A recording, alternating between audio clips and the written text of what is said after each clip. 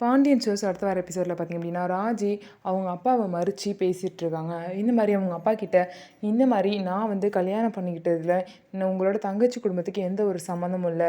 நான் ஒரு இக்கட்டான சூழ்நிலை இருக்கும்போது அவங்க எனக்கு உதவி தான் செஞ்சுருக்காங்க. அதனால இனிமேல் அவங்கள பழி வாங்கணும் அப்படிங்கிற எண்ணத்தோடு இருக்காதீங்க.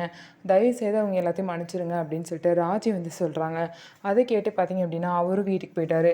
இதை வந்து சக்திவேல் வந்து பார்த்துருவாங்க. உடனே சக்திவேல் வீட்டுக்கு போயிட்டு, என்ன உங்கள் பொண்ணோட ராசி ஆகிட்டீங்க போல அப்படின்னு சொல்லிட்டு முத்துவேலை பார்த்து கேட்குறாங்க. நல்லா அவங்க மகளும் மருமகனும் வருவாங்க, நல்லா வடித்து கொட்டுங்க, என் பையன் அங்கே ஜெயிலில் களி திங்கிட்டோம் அப்படின்னு சொல்லிட்டு சக்திவேல் வந்து கோவமாக சொல்லுவாங்க. என்ன நடந்துச்சுன்னு தெரியாமல், எந்த உண்மையும் தெரியாமல் நீ பேசிகிட்டு இருக்கான்னு சொல்லிட்டு முத்துவேல் கோவமாக அங்கேருந்து எந்திரிச்சு போயிடுவாங்க. என்னதான் வந்து ராஜி எல்லா உண்மையும் சொன்னாலும் கூட இந்த குமரவேலுக்கு பழி வாங்குற புத்தி விடவே விடாது. அதே மாதிரி சக்திவேலுக்கும் அப்படிதான். எல்லாரும் புரிஞ்சுக்கிட்டா கூட அவங்க 2 பேரும் பார்த்தீங்கன்னா அந்த குடும்பத்தை பழி வாங்குறதுல தான் குறியா இருக்காங்க. ஸோ இந்த பழி வாங்குற குணம் எப்போ முடிய போகுது, இதுக்கப்புறமாவது திருந்தி வாழ்வாங்களா அப்படிங்கிறத பொறுத்து இருந்து பார்க்கலாம். நம்ம வீடியோ உங்களுக்கு பிடிச்சிருந்தா நம்ம வீடியோவை லைக் பண்ணிக்கோங்க. அதுக்கப்புறம் மறக்காமல் நம்மளோட சேனலை சப்ஸ்கிரைப் பண்ணிவிட்டு பாருங்கள்.